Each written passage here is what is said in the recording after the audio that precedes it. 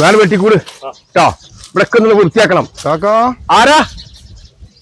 ആ ഇങ്ങോട്ട് വാ, ബാക്കിൽ വാ. ആരാണാവോ? അസ്സലാമലൈക്കും. അസ്സലാമലൈക്കും. വാലൈക്കും അസ്സലാം. എവിടുന്നാ ജി?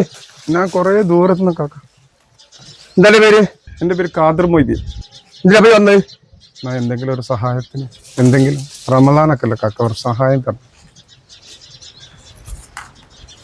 ഖുർആൻ ഓതുവാ? ഖുർആൻ ഓതും. എന്നുവെച്ചാ ഫാത്തിഹ സൂറത്ത് ഓദിക്ക. അത് കുറച്ച് വലിയ സൂറത്തല്ല കാക്ക. തന്നെ എന്നാ സൂറത്ത് നാസ് ഓദിക്ക. ഓ അത് ഓതാൻ അറിയില്ല കാക്ക.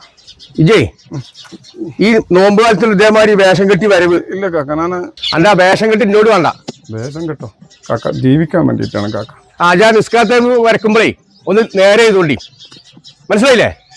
പിന്നെ അനക്കൊരു 10-20 സഹായത്തിനേ ഈ വേഷം കെട്ടി നിന്റെ അടുത്തേക്ക് വരണ്ട, മനസ്സിലായില്ലേ?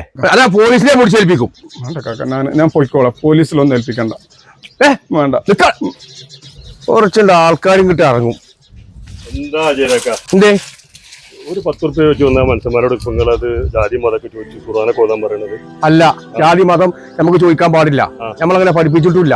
നമ്മളെ വീട്ടിലേക്ക് സഹായം ചോദിച്ചു വന്ന ഒരാളോടും ഇതുവരെ ജാതി മതം ചോദിച്ചിട്ടില്ല. അല്ല അതെനിക്കറിയാം. പിന്നെ ഇതെന്താ പറ്റിങ്ങൾക്ക്? ഇതുകൊണ്ട് വേഷം കെട്ട്. വേഷം കേട്ടോ?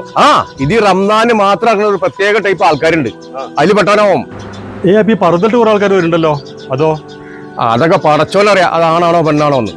ഇതുകൊണ്ട് ഇപ്പൊ എന്തായി അറിയോ, ഈ റംസാന് വരുന്ന ആൾക്കാർ നല്ലതാണോ കെട്ടതാണോ എന്ന് രണ്ടും നമുക്ക് അറിയാൻ പറ്റാതായിപ്പോ. അതാപ്പ ഉണ്ടായത്. നോൽബില്ല എനിക്ക്. അത് നിങ്ങൾ അങ്ങനെ വെച്ച് എന്നാലേ വല്ലതൊക്കെ തിന്നാലേ പല്ലും ചുരിയൊക്കെ നന്നായി കഴിക്കോണ്ടി. പോയോ നോക്കട്ടെ, ഏതായാലും മരത്തിൽ കൊന്നല്ലേ, ഇതിൽ ചായക്കായി കൊടുക്കാം.